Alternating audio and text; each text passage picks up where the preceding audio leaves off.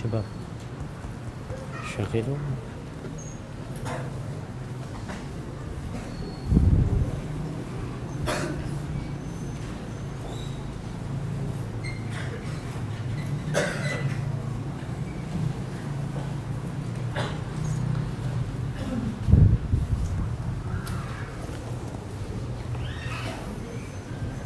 Assalamualaikum warahmatullahi wabarakatuh.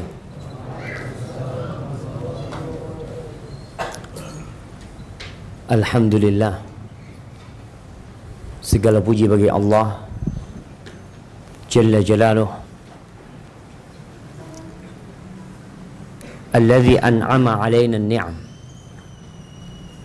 Semua nikmat yang ada pada diri kita melainkan semuanya dari Allah Azza wa Jalla. Hari ini yang dikaruniai niat untuk berpuasa, kemudian bisa menjaga puasanya hingga kelak matahari tenggelam, adalah sebuah nikmat yang agung. Allah mengatakan al-malu wal banun zinatul hayatid dunya wal baqiyatus salihatu khairun 'inda rabbika thawaban wa khairun amala. Harta dan anak adalah perhiasan kehidupan dunia. Ketika seorang memiliki harta, dia berbahagia. Bahkan dia akan bercerita tentang nikmat yang Allah berikan kepada dirinya. Begitu pula anak. Ketika Allah memberikan kepada kita anak, kita akan informasikan kepada teman, kerabat, handai tauladan bahwa telah lahir seorang anak, seorang putra pada jam sekian yang diberi nama fulan atau fulana. Bahagia sekali, itu nikmat. Tapi Allah katakan al-baqiyatus salihat, amal-amal soleh, zikir, subhanallah, walhamdulillah, wala ilaha illallah, wallahu akbar, itu sejatinya lebih baik daripada perhiasan dunia ini.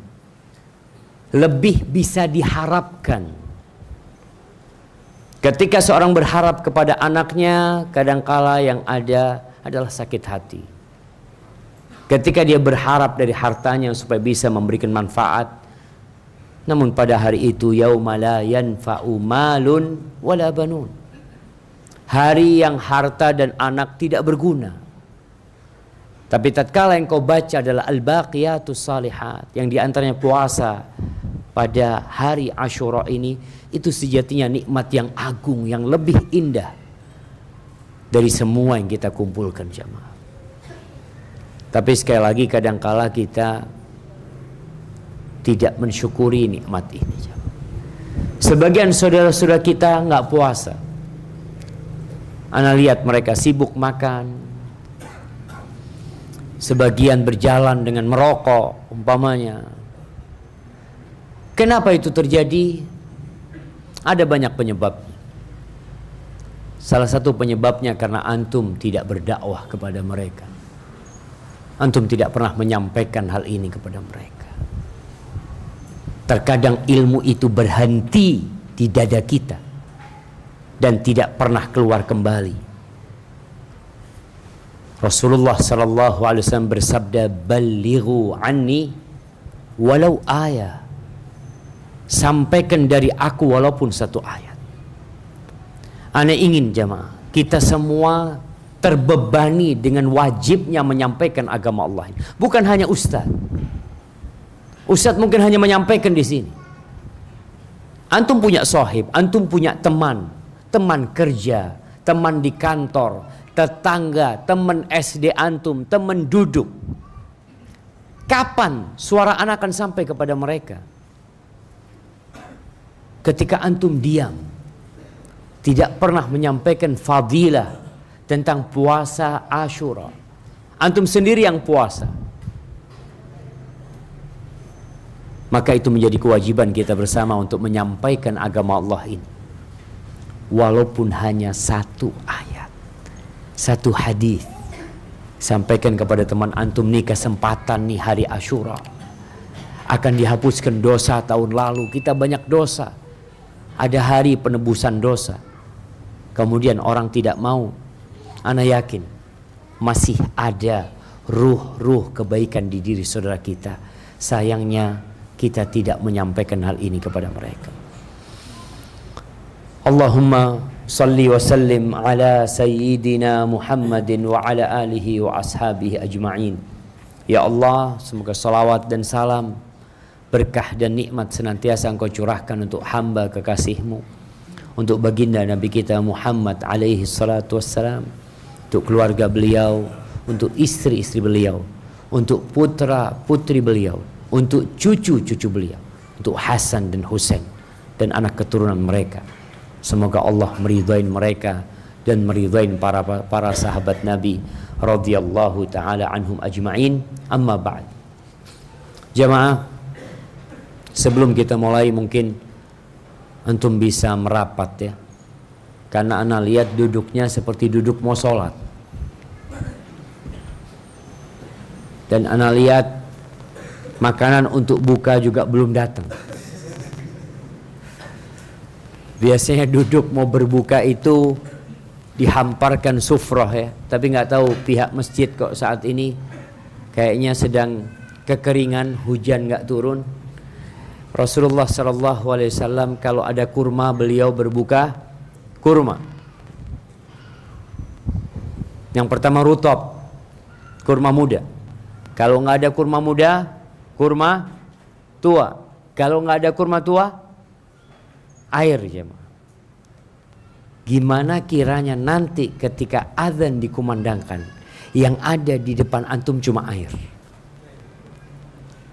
Apa yang akan antum lakukan? Ini gimana panitianya ini? Undang buka bersama, subhanallah. Dari air semua tercipta. Ketika antum disuguhkan makanan, dan ana merasakan bagaimana azab dan penderitaan itu.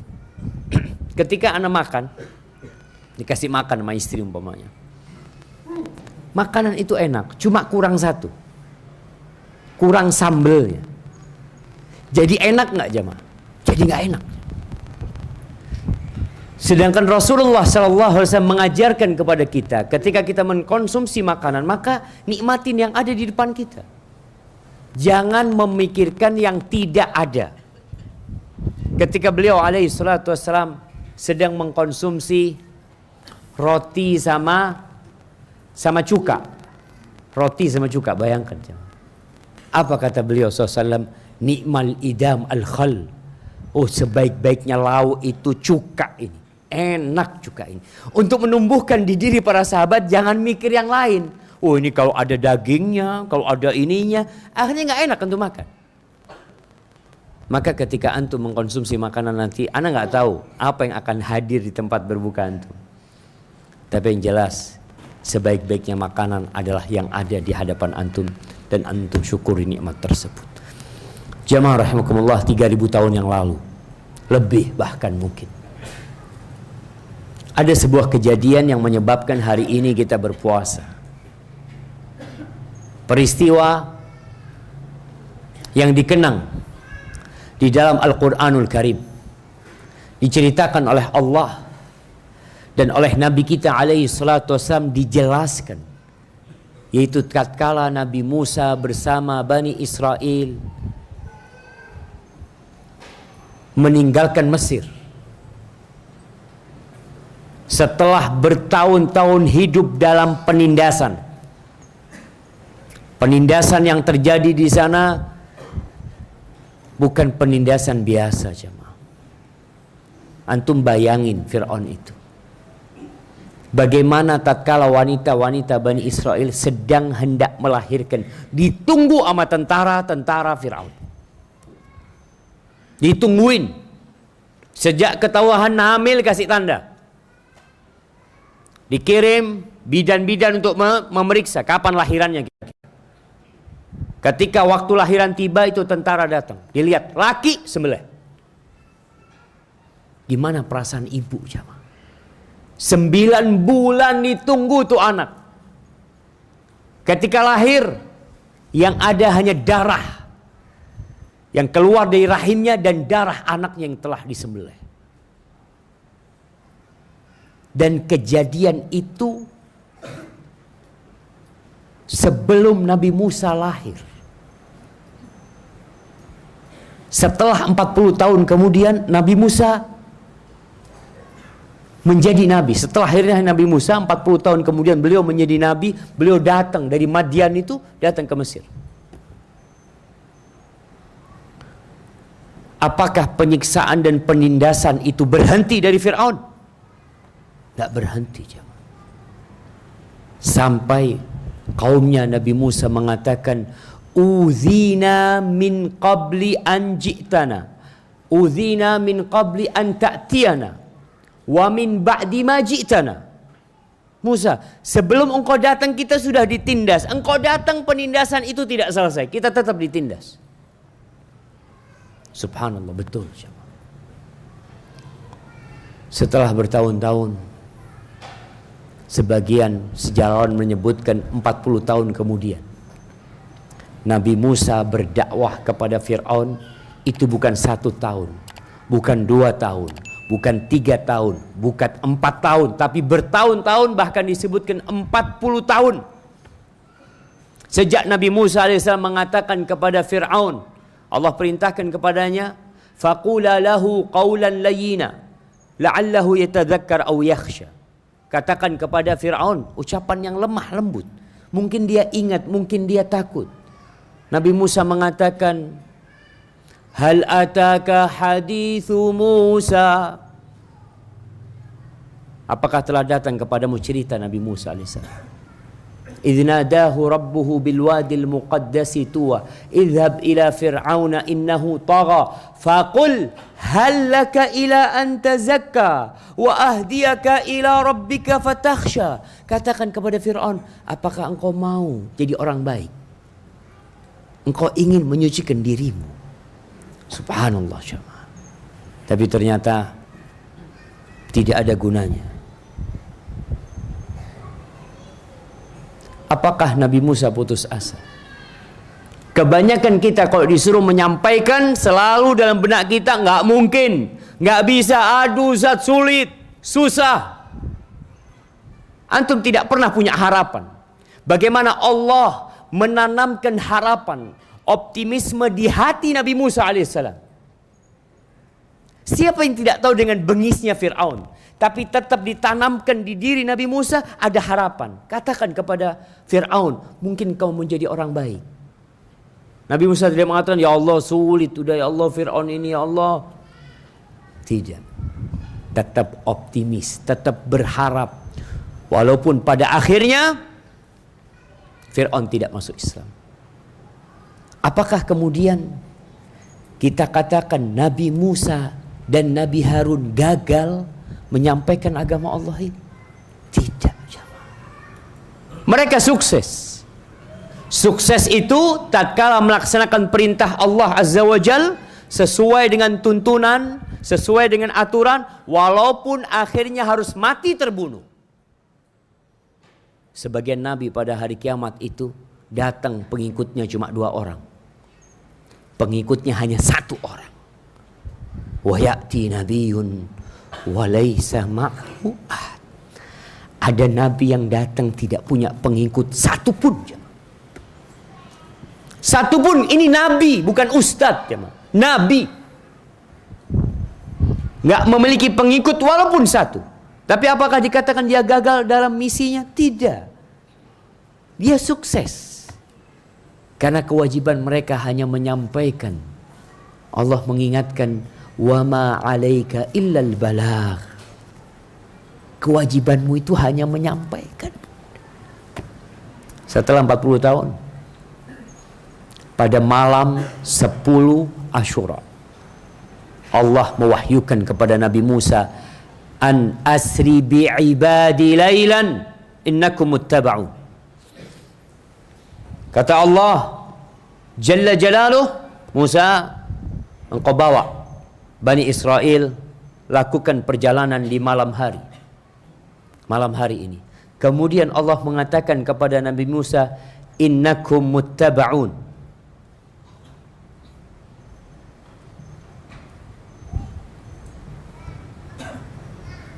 Kalian akan diikuti. Kenapa Allah katakan kalian akan diikuti? Supaya mereka tidak santai. Kalian harus bersegera. Dan subhanallah, apa yang terjadi jamaah? Bani Israel berangkat. Dalam perjalanan, singkat cerita, mereka terus berjalan sampai fajar terbit. Kemudian Allah subhanahu wa ta'ala menceritakan kondisi itu. Kemana kok hilang jemaah? Tunggu bentar.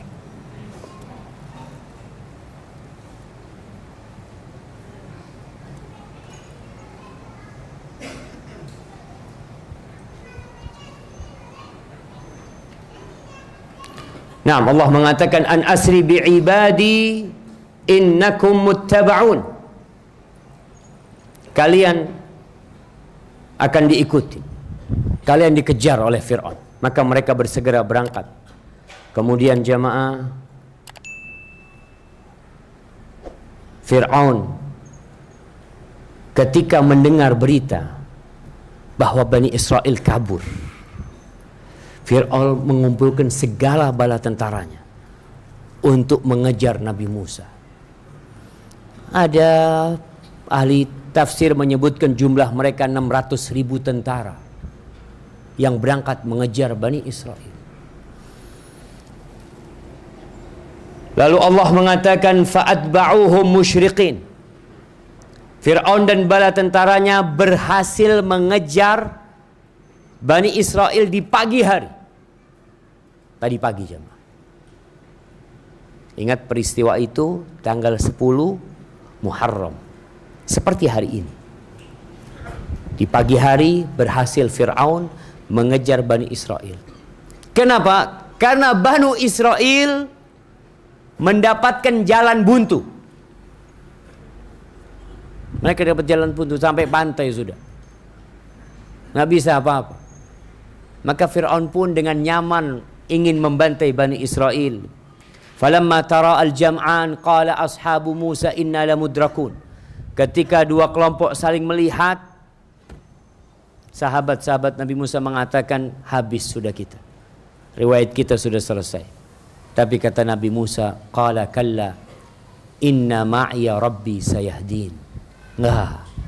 Nggak mungkin Allah memerintahkan aku untuk berjalan ke tempat ini, dan tidak mungkin setelah melakukan perjalanan panjang kemudian kita binasa.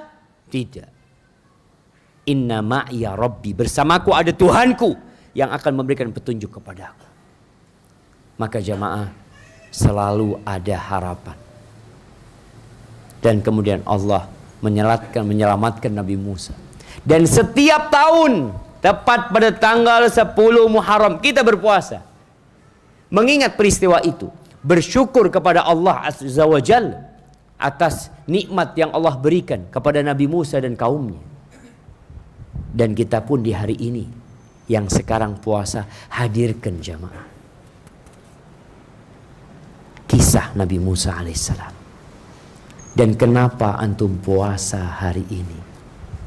Nabi kita Muhammad SAW ketika berbincang tentang puasa ini, sebelum berbincang tentang fadilahnya, sebelum berbicara bahwa saya puasa tanggal 10 Muharram menghapuskan dosa tahun lalu, sebelum berbincang tentang itu, Nabi Musa sempat bertanya kepada orang-orang Yahudi, kenapa mereka puasa? Kata mereka, ini hari diselamatkannya Nabi Musa dan ditenggelamkannya Fir'aun. Apa kata Nabi kita Muhammad alaihissalatu wassalam? Nahnu ahaqqu bi Musa minkum. Kita lebih pantas dengan Nabi Musa untuk mensyukuri hari ini daripada kalian yang mengaku pengikutnya Nabi Musa alaihissalam tapi tidak mengikuti ajaran dan syariatnya. Ahibati fillah. Baik, kita masuk kepada pembahasan Al-Adabul Mufrad. Baik. Kita telah sampai ke bab nomor 277. Silakan dibaca. Bismillahirrahmanirrahim. الحمد لله رب العالمين وبه نستعين على امور الدنيا والدين والصلاه والسلام على نبينا محمد وآله وصحبه اجمعين اللهم اغفر لنا ولشيخنا ولوالديه ولمشايخه وللحاضرين. يقول الامام ابو عبد الله محمد بن اسماعيل بن ابراهيم بن المغيرة بن البردسبة البخاري رحمه الله تعالى في الادب المفرد باب سيد الاستغفار. قال حدثنا مسدد قال حدثنا زيد بن زريع قال حدثنا حسين قال حدثنا عبد الله بن بريدة عن بشير بن كعب عن شداد بن أوس عن النبي صلى الله عليه وسلم قال سيد الاستغفار اللهم أنت ربي لا إله إلا أنت خلقتني وأنا عبدك وأنا على عهدك ووعدك ما استطعت أبوء لك بنعمتك وأبوء لك بذنبي فاغفر لي فإنه لا يغفر الذنوب إلا أنت أعوذ بك من شر ما صنعت إذا قال حين يمسي فمات دخل الجنة أو كان من أهل الجنة وإن قال حين يصبح فمات من يومه مثله. قال حدثنا أحمد بن عبد الله قال حدثنا ابن نمير عن مالك بن مغول عن ابن سوقة عن نافع عن ابن عمر قال إن كنا لنعد في المجلس للنبي صلى الله عليه وسلم رب اغفر لي وتب علي إنك أنت التواب الرحيم مئة مرة. قال حدثنا محمد بن صباح قال حدثنا محمد بن صباح قال حدثنا خالد بن عبد الله عن حسين عن هلال بن يساب عن زادان عن عائشة رضي الله عنها قالت صلى رسول الله صلى الله عليه وسلم الضحى ثم قال اللهم اغفر لي وتب علي إنك أنت التواب الرحيم حتى قالها 100 مرة. Hasbu. Baik jemaah, bab tentang sayyidul istighfar. Dalam riwayat sahih disebut afdalul istighfar. Istighfar yang paling mulia. Setelah sholat kita beristighfar. Di waktu pagi dan petang kita beristighfar. Dan di penghujung malam, di waktu sahur, Allah menceritakan tentang hamba-hambanya yang berhak mendapatkan rahmatnya di surganya. Allah mengatakan wabil ashari hum yastaghfirun, dan di waktu sahur mereka beristighfar. Bagaimana lafaz istighfar yang paling mulia?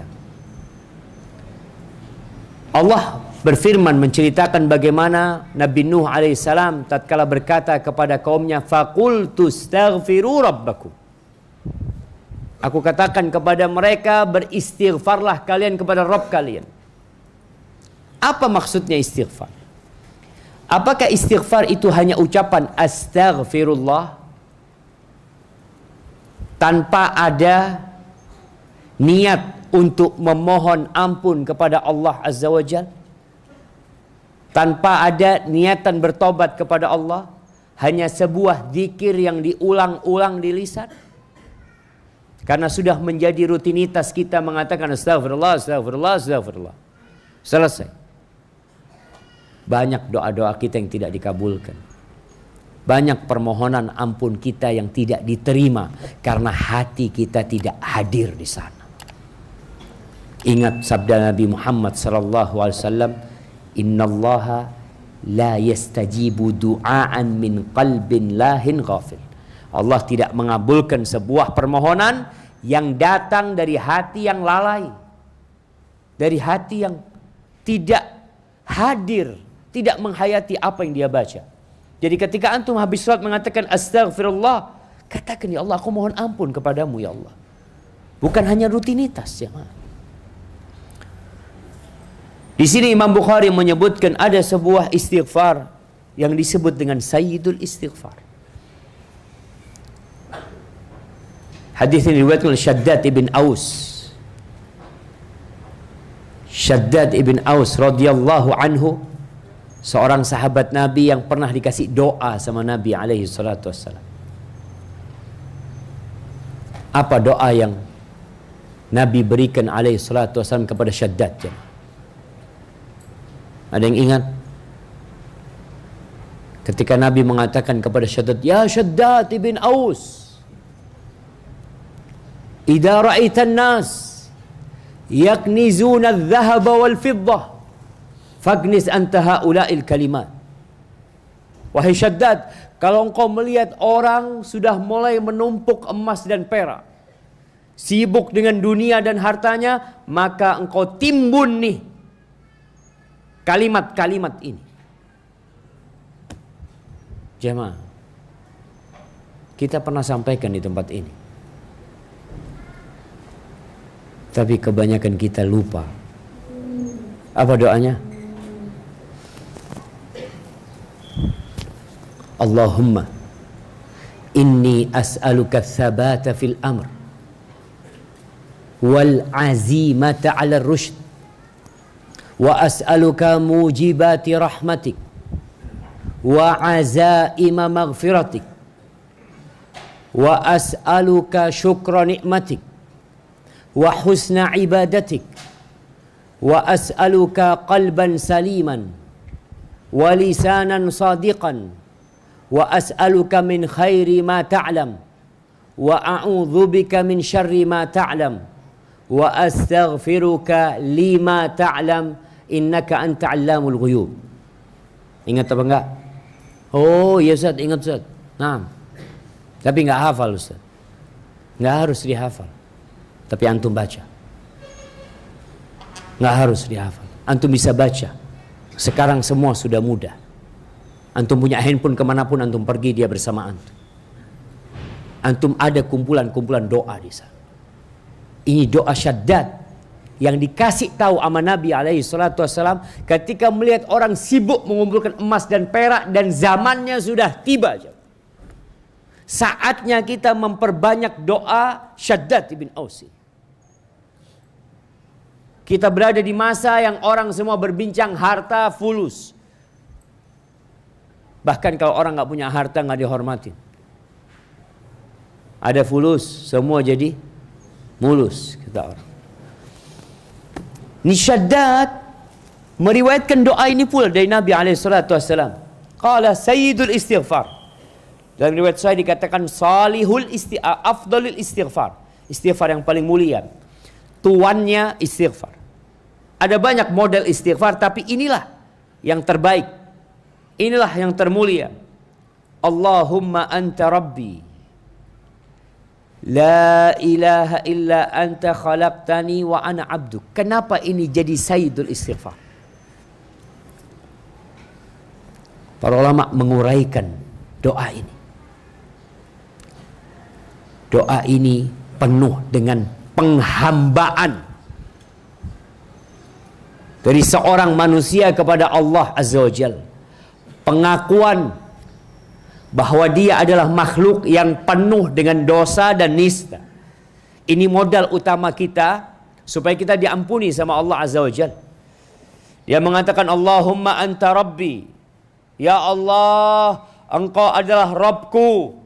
Engkau adalah yang menciptakan aku. Engkau yang memberikan rizki kepadaku. Engkau yang menghidupkan aku. Engkau yang mematikan aku. Engkau yang memiliki diriku, ya Allah. Allahumma anta rabbi. Gimana seorang ketika Allahumma anta rabbi, ya Allah, aku ini milikmu, ya Allah.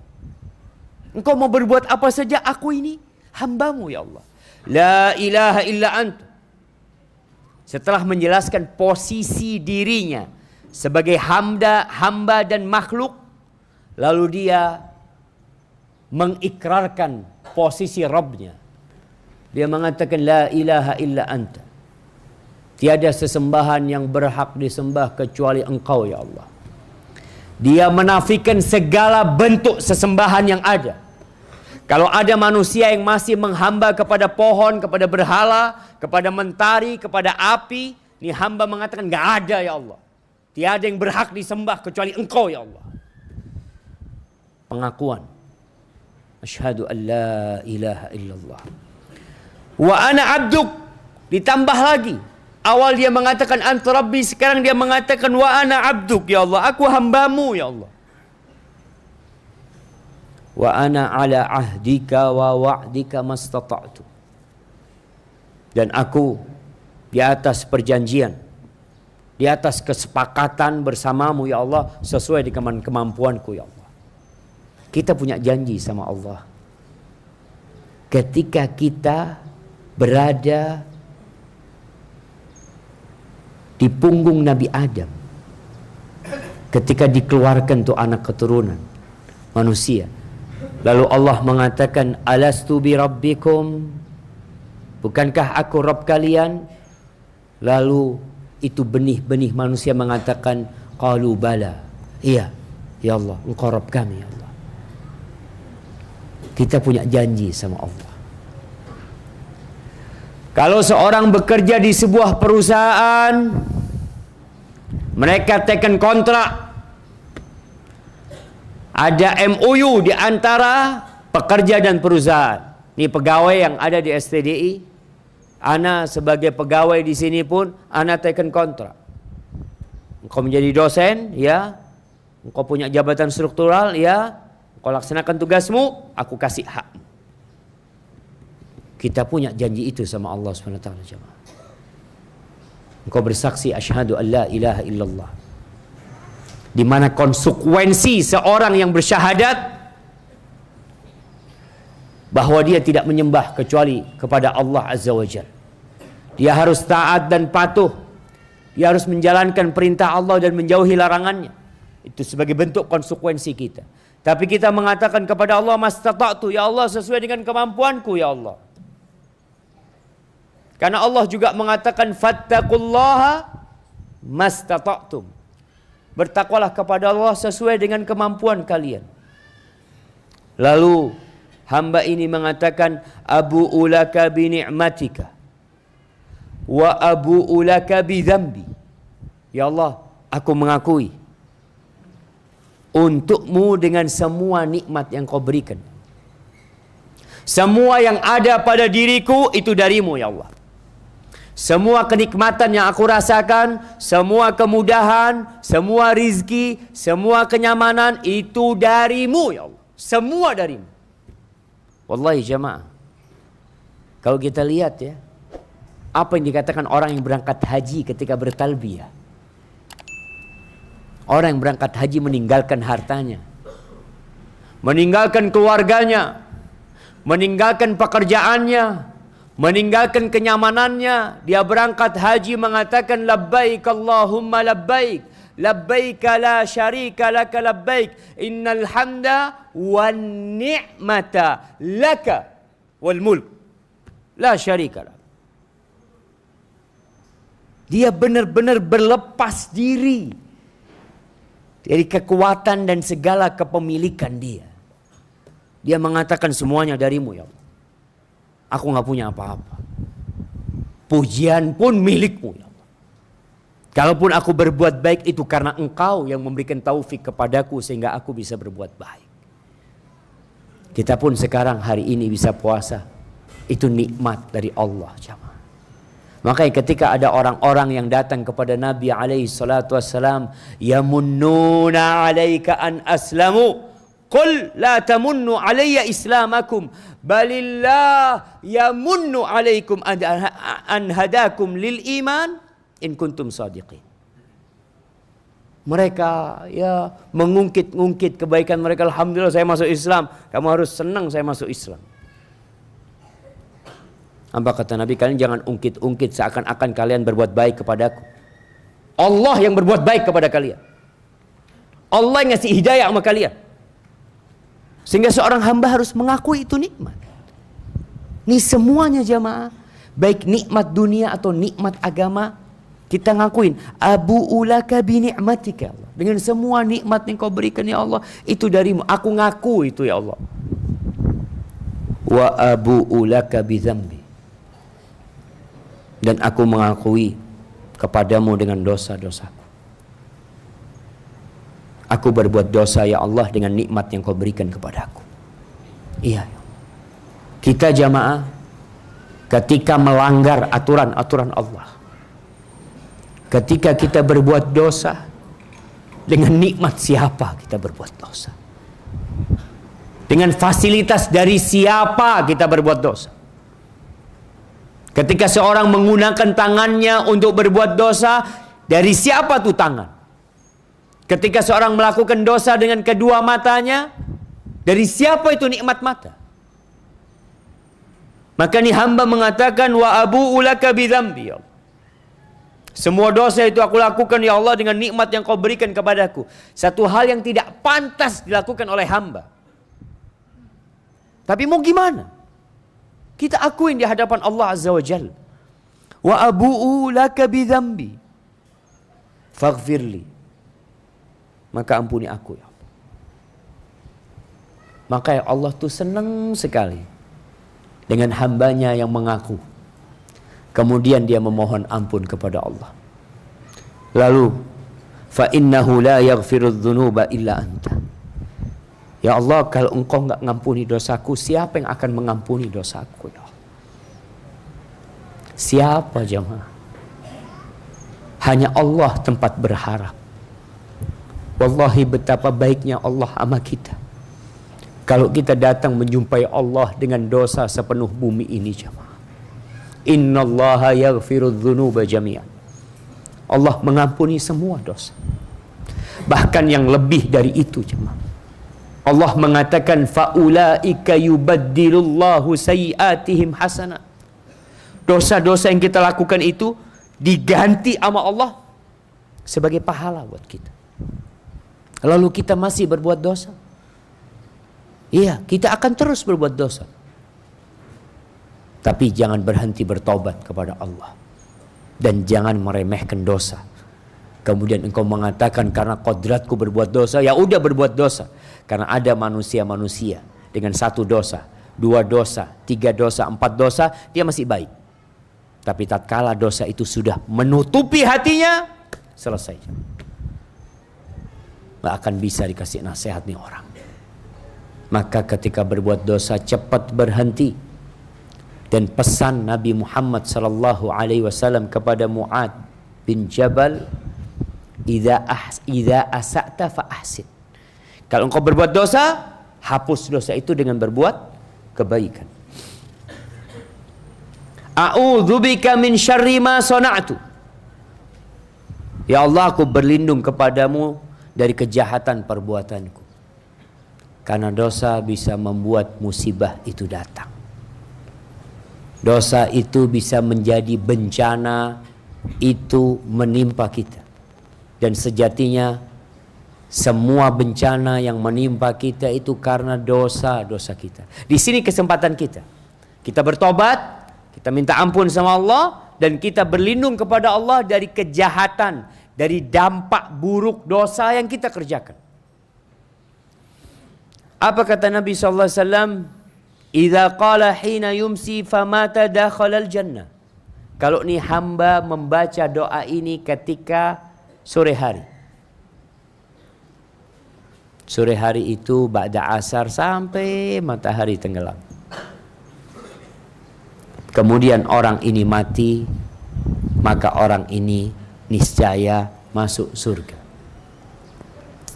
Au kana min ahli jannah, atau dia adalah penghuni surga. Dia akan masuk surga atau dia min ahli jannah.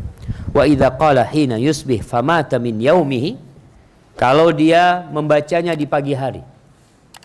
Jamaah, kita nggak pernah tahu kapan kita akan mati. Tapi kita tahu bagaimana cara mati yang baik. Antum nggak tahu kapan kematian tiba. Paling tidak antum punya amalan. Nih amalan ini antum jaga. Pagi sore dengan harapan kalau hari itu ajal itu datang, maka antum telah membaca doa ini. Dan ingat, membaca dengan hati, bukan hanya dengan lisan. Semoga kita bisa menjadi penghuni surga. Kemudian di hadis yang selanjutnya, qala Imam Bukhari haddatsana Ahmad bin Abdullah, dia berkata telah mengajarkan kepada kami Ibn Numair dari Malik bin Mighwal, dari Ibn Sawqah, dari Nafi' dari Ibnu Umar radhiyallahu taala anhuma, qala in kunna la na'uddu fil majlis. Kita nih benar-benar dalam satu majlis menghitung lin Nabi sallallahu alaihi wasallam, untuk Nabi alaihi wasallam, satu majelis, satu kali duduk beliau sama sahabatnya ya. Kadang-kala kan nggak selalu ngobrol jemaah. Orang kadang-kala duduk bareng-bareng ya. Sebagian mungkin sedang berfikir, sebagian sedang berzikir. Itu sahabat menghitung dalam satu kali majelis Nabi alaihi wasallam. Sebelum beliau berdiri, dalam riwayat At-Tirmidzi disebutkan min qabli an yaqum. Sebelum beliau berdiri dari tempat itu, beliau membaca Rabbighfirli wa tub alayya innaka antat tawwabur rahim. Ya Allah, ampuni aku dan berikan tobatmu kepadaku, sesungguhnya engkau maha menerima tobat hamba dan maha pengasih. Mi'ata marrah. Beliau membaca itu 100 kali. Rabbighfirli wa tub alayya innaka antat tawwabur rahim. Dan ada riwayat innaka antat tawwabul ghafur, 100 kali. Pertanyaannya, itu satu majelis. Kalau Nabi pagi hari duduk sama sahabatnya, beliau baca 100 kali. Kalau ada majelis lain, beliau duduk dan beliau membaca. Bagaimana dengan kita? Antum berapa kali istighfar? Tapi baca ini jamaah, berapa detik sih? Coba anda mau hitung. Rabbighfirli wa tub alayya innaka antat tawwabur rahim, 4 detik. Kalau 100 kali butuh berapa menit? 10 kali 40 detik. 100 kali 400 detik. Berapa menit ya, Ma? 6? 6? Iya, 6 kali 6 36. Ya 7 jemaah. 7 menit. Capek enggak jemaah 7 menit jemaah? Subhanallah jemaah. Orang itu kalau pegang handphone bisa 5 menit, 10 menit, bisa setengah jam enggak capek. Tapi ketika disuruh istighfar dan antum hitung, dihitung supaya antum tahu berapa kali. Ustaz, anak nggak mau hitung Ustaz. Kan ada malaikat yang menghitung. Kiraman katibin. Masya Allah. 100 kali dihitung nggak apa-apa. 33 kali dihitung artinya ada yang memang dianjurkan kita untuk menghitungnya. Seperti baca, barang siapa yang membaca subhanallah wa bihamdihi 100 kali akan diampuni dosanya walaupun sepenuh buih di lautan. Gimana antum tahu 100 kali kalau antum tidak menghitung? Perasaan Ustaz. Bukan perasaan. Antum 1 menit jamaah subhan rabbighfirli wa tub alayya innaka antat tawwabul ghafur, rabbighfirli wa tub alayya innaka antat tawwabul ghafur, rabbighfirli wa tub alayya innaka antat tawwabul ghafur. Kalau antum tidak menghitung, antum akan merasa banyak. Tapi ketika antum menghitung, antum akan tahu berapa yang sudah antum baca. Kemudian nih di hadis selanjutnya Al-Imam Bukhari mengatakan telah mengajarkan kepada kami Muhammad bin Sabbah, dia berkata telah mengajarkan kepada kami Khalid bin Abdullah dari Husain dari Hilal bin Yasaf dari Zadan dari Aisyah radhiyallahu taala anha qalat shalla Rasulullah sallallahu alaihi wasallam ad-duha, Nabi melaksanakan salat duha. Thumma qala, kemudian beliau berkata, Allahumma gfirli wa tub alayya innaka antat tawwabur rahim, hatta qalaha mi'ata marrah. Beliau selesai salat duha baca Allahumma gfirli wa tub alayya innaka antat tawwabur rahim 100 kali. Jadi inilah bacaan yang sunnah dibaca setelah salat duha. Adapun bacaan Allahumma innad duhaa duhauka wal bahaa bahauka, itu doa bukan sabit dari Rasul sallallahu alaihi wasallam. Tapi ini, adapun orang mau baca doa, silakan baca doa apa aja. Namun kalau kita ingin mengatakan ini sunnah, ini yang harus ada dalilnya. Engkau mengatakan sunnah, apa benar Nabi membaca itu. Kalau enggak Ustaz, ini bagus doanya. Silakan doa yang bagus dibaca. Allah mengatakan ud'uni astajib lakum. Memintalah kepada aku, pasti aku kabulkan. Mau pakai bahasa Indonesia, mau pakai bahasa Jawa, terserah. Tapi tatkala kita hendak mengatakan ini doa yang sunnah dibaca setelah sholat duha, itu antum harus datang ke dalil bahwa Nabi memang membaca itu. Ini Aisyah menceritakan. Jadi setelah sholat duha, antum baca Allahumma gfirli wa tub alayya innaka antat tawwabur rahim. Kira-kira jamaah, berapa kali Nabi istighfar dalam sehari? Ada riwayat yang mengatakan 70 marrah. Aku beristighfar 70 kali atau lebih dari 70 kali. Setelah sholat duha 100. Waktu majelis sama para sahabatnya 100. Sudah berapa? 200. Entah waktu lainnya. Beliau beristighfar memohon ampun kepada Allah SWT. Maka nasihat ana buat kita semua, berusahalah untuk memperbanyak istighfar.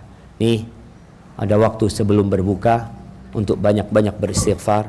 Walaupun kita tahu puasa di hari ini menghapuskan dosa tahun lalu, bukan berarti kemudian antum pulang dari masjid habis maghrib, alhamdulillah ana seperti bayi yang baru lahir. Dosa sudah habis. Wah jemaah, kita nggak tahu jemaah. Kita nggak tahu. Maka terus beristighfar memohon ampun kepada Allah Azza wa Jalla. Taib. Mana panitia? Kok nggak ada yang bagi-bagi jemaah? Oh, panitia sedang menikmatin jemaah.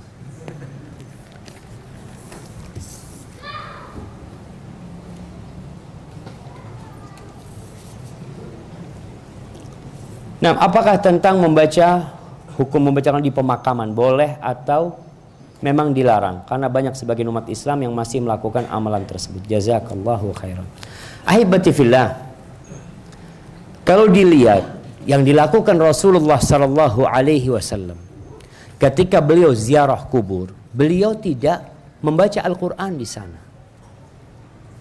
Bahkan beliau menyuruh para sahabatnya untuk tidak menjadikan rumah mereka seperti kuburan.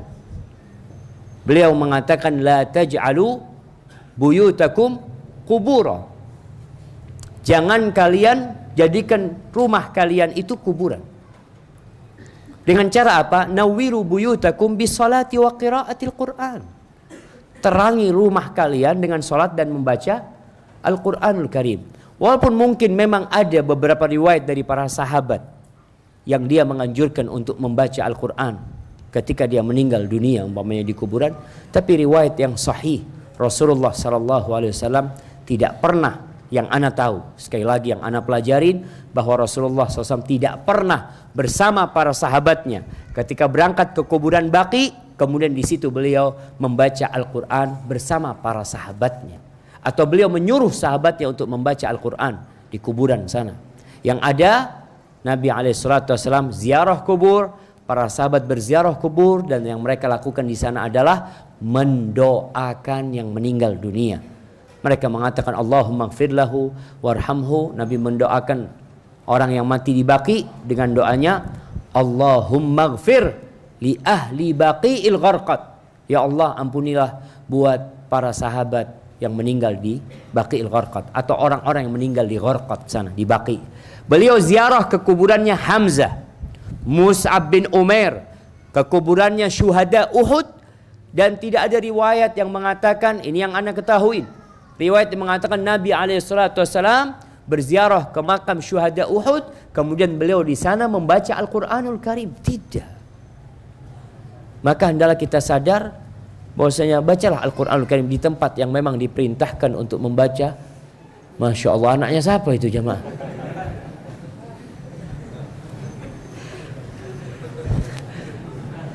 Inzil ya Yusuf. Baik. Barakallahu fikum. Ustaz, bagaimana sikap apabila kita dikasih hadiah dalam bentuk ulang tahun dan barang itu sudah di tangan? Apa kita membuangnya, menyimpannya, minta solusinya? Antum ambil hadiahnya, antum makan, tapi jangan sampai kita ikut merayakan hal tersebut jamaah. Perlu diingatkan kembali bahwa ulang tahun itu adalah perayaan berkurangnya umur. Perayaan berkurangnya umur. Jadi kalau manusia ditentukan umurnya 63 tahun, kemudian ketika masuk umur 62 tahun, keluarganya merayakan, mengatakan kepada ayahnya, ya insya Allah ayah 1 tahun lagi mati ayah. Kita rayakan, marah ayah jemaah. Kamu jangan merayakan hari kematian saya. Ini umur berkurang bukan dirayakan. Seharusnya bersedih. Orang ketika umurnya berkurang, dia bersedih jemaah. Apa kata Ibnu Mas'ud radhiyallahu taala anhu mengatakan, "Ma nadimtu ala syai'in nadami ala yaumin gharabat fihi syamsuhu naqasa fihi ajali wa lam yazid fihi amali." Ibnu Mas'ud atau yang lainnya, anda lupa. Dia mengatakan tidak ada penyesalan yang lebih aku sesali ketika matahari terbenam di ufuk barat. Dengan berkurangnya hari itu, aku bersedih karena umurku berkurang dan amalku tidak bertambah. Jadi seharusnya ketika orang berumur, dia malah semakin sedih. Makanya orang kalau umur 40 tahun dianjurkan untuk berdoa, memohon kepada Allah agar dikasih taufik, agar dia bisa terus beribadah dengan baik. Hadza wallahu a'lam bishawab.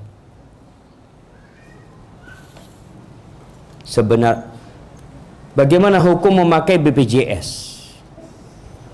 Wallahi jamaah, ketika BPJS itu sudah diwajibkan, maka nggak ada jalan lain. Hanya saja memang kita berharap sistem BPJS itu bersih dari riba. Dan alhamdulillah para ulama pun berusaha, dari pihak MUI berusaha untuk memberikan masukan dari ustadz-ustadz kita. Ketika antum terpaksa, memang antum dalam kondisi darurat ya semoga nggak ada masalah antum menggunakan BPJS tersebut. Tapi bagi yang mampu, hendaklah dia menggunakan uangnya, dan BPJS itu kalau memang diwajibkan ya untuk membantu orang lain jamaah. Barakallahu fikum. Hadza wallahu a'lam bishawab. Bagaimana hukum bermakmum dengan imam yang isbal ustaz? Sah salat.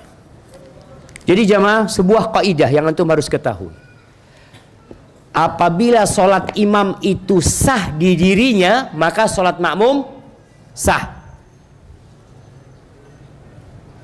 Apa hukum solat di belakang imam yang potong jenggotnya? Solatnya dia sah nggak jamaah? Sah. Solatnya dia sah, maka solat kita sah. Cuma memang ya sepantasnya lah orang yang menjadi imam menjadi contoh. Orang yang jadi imam, apapun jabatanmu, siapapun dirimu, tolong contoh Rasulullah SAW. Beliau masya Allah, beliau alaihi salatu wassalam membiarkan jenggotnya. Beliau tidak memanjangkan sarungnya, tidak memanjangkan sarungnya sampai menutup mata kakinya. Itu Nabi alaihi salatu wassalam. Bahkan mengatakan kepada seorang sahabat, "Ama fiyya qudwah? Bukankah di diriku ada tauladan buat kamu?" Lalu kita tidak mengikuti Nabi alaihissalatu wassalam dengan dalil, oh kan ada khilaf. Kita tidak bicara khilaf, kita tidak bicara tentang hukum, kita bicara tentang meneladani Rasulullah SAW. Kita berbincang tentang cinta yang harus dibuktikan dengan mengikuti Rasulullah SAW. Maka para imam, hendaklah engkau mencontoh Rasulullah SAW agar engkau dicontoh oleh para makmum. Karena kalau engkau sendiri tidak mengamalkan sunnah Nabi SAW, gimana kelak engkau ketika berjumpa dengan Nabi SAW, ketika tidak memberikan contoh yang baik kepada makmumnya. Hadza wallahu a'lam bishawab. Anda cukupkan di sini jamaah, karena ternyata pembagian berbuka harus diambil sendiri mungkin. Hadza. Apa ada pengumuman dari panitia?